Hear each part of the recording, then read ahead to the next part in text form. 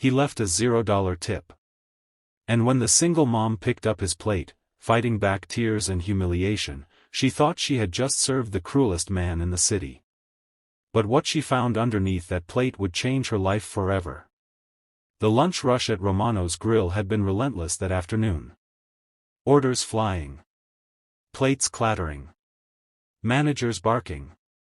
And somewhere in the chaos stood Maria Alvarez, 28 years old, exhausted, and holding herself together with nothing but hope and caffeine. She had been up since 4:30 a.m. First, to check on her 8-year-old son, Leo, whose asthma had flared up again the night before. Then to pack his lunch. Then to catch 2 buses across town because her old Honda had finally died last month. She couldn't afford repairs, not with hospital bills piling up. Maria wasn't just working for tips. She was working to keep the lights on. To keep Leo in school. To keep their tiny apartment from slipping away. And today mattered more than most. Rent was due in 3 days. She was short by $312. $312 stood between her and eviction.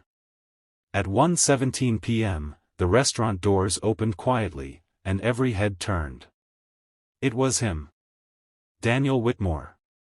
The Daniel Whitmore. Tech billionaire. Real estate mogul. Newspaper cover regular. The kind of man who bought struggling companies before breakfast and donated millions before lunch. He was rumored to be ruthless in business and painfully precise in life. Maria had seen his face on magazine covers while waiting in grocery store lines. She never imagined she'd be serving him. The manager rushed forward, nearly tripping over a hostess stand. "Mr. Whitmore, welcome. Such an honor." Daniel nodded politely, eyes scanning the room, not arrogantly, not warmly either. Just observant. Analytical. The manager looked around quickly and locked eyes with Maria. "You. Table 12. Maria's stomach tightened. She smoothed her apron, took a steady breath, and walked toward the most important table she would ever serve. "Good afternoon, sir," she said gently. "My name is Maria. I'll be taking care of you today." He looked up at her, really looked at her. Not through her. At her. "Thank you, Maria." His voice was calm. Deep. Controlled. He ordered simply. Grilled salmon.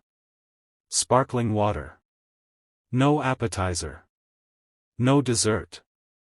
Throughout the meal, Maria did everything right. She refilled his water before it was empty.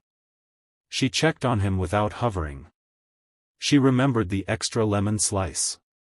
She even noticed when his napkin slipped and quietly replaced it. He didn't smile much. But he watched. When he finished, he asked for the check. Maria placed it down with steady hands. She walked away, heart pounding. If he tipped even 20%, that would be nearly $80.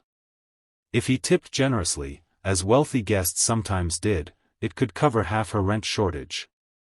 She allowed herself a small, dangerous flicker of hope. A few minutes later, he stood, buttoned his suit jacket, and left without ceremony. Maria hurried to table 12. The receipt was sitting there. She picked it up. Total, $396.42. Tip, $0. Her heart dropped so hard it felt physical. 0. Not even $1. Not even loose change. Her vision blurred for a second. Around her, other servers whispered. "Typical billionaire. They're the worst tippers. Probably thought the service wasn't good enough." Maria swallowed hard. She replayed everything in her head. Did she forget something? Was she too slow? Too quiet? Too invisible? $312. And now this. She began clearing the table mechanically. Plate. Napkin. Water glass. Then she lifted the dinner plate. and froze. Underneath it was an envelope. Cream-colored. Thick. Sealed. Her name was written across the front in careful handwriting. Maria. Her breath caught. Hands trembling, she looked around. The manager was distracted at the register. Other servers were busy. She slipped the envelope into her apron pocket and hurried to the staff restroom. Inside the small, harshly lit space, she locked the door. She stared at the envelope for a long moment. Then she opened it. Inside was a folded letter. And a cashier's check. For $50,000.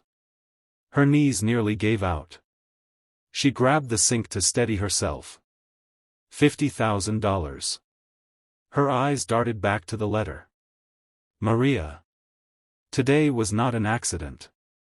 I have been visiting restaurants across this city for the past 6 months without announcing who I am. I am not looking for good food. I am looking for something far rarer. Character. Most people treat wealthy guests differently. Some ignore other tables. Some fake smiles. Some perform kindness. You did none of that. You treated me the same way you treated the elderly couple at table 7 and the construction worker at table 4. I watched. You were patient. Attentive. Respectful. Genuine. I also overheard your conversation in the kitchen about your son. About the rent. About the car. You did not complain. You simply kept working. This is not a tip. This is an investment. My mother was a single waitress who raised me alone. She once told me, if you ever have more than you need, find someone who works harder than you ever did, and lift them. Today, that person is you. Use this to breathe. To stabilize. To build something of your own. And when you can, lift someone else. Daniel Whitmore. Maria's tears fell freely now. Not because of the money. But because someone had seen her. Really seen her. That night, she walked into her apartment with something she hadn't carried in months: hope. She paid her rent. She fixed her car. She scheduled Leo's full medical checkup without asking about payment plans. But she didn't quit her job. Instead, she enrolled in night classes at the community college, business management. She worked days. Studied nights. Helped Leo with homework in between. It was exhausting. But this time, it felt like climbing instead of drowning. 2 years later, Maria stood in front of a small storefront on the corner of Maple and 3rd. The sign read, Leo's Kitchen. A family restaurant. Affordable meals. Warm atmosphere. She hired 2 single mothers from her old job. She offered flexible shifts. She created a small emergency fund for employees in crisis. On opening day, the bell above the door chimed softly. Maria looked up. There he was. Daniel Whitmore. No cameras. No press. Just a quiet smile. You built something, he said. No, she replied softly. You helped me believe I could. He shook his head. You already believed. I just removed the fear. He ordered the grilled salmon. Of course. When he finished, he placed the receipt on the table. Maria picked it up. Tip, $0. She laughed. He stood, and before leaving, he slid something across the counter. Not money. A small framed photo. It was a picture of Daniel as a young boy, sitting in a diner booth beside a tired waitress wearing a name tag. Mom. On the back, a note. Thank you for honoring her legacy. Years later, Leo would grow up hearing the story not as a tale about money, but about dignity. About character. About how the richest gift someone can give isn't cash. It's opportunity. And Maria would tell her staff every time someone complained about a bad tip. Don't measure people by what they leave on the table. Measure yourself by what you bring to it.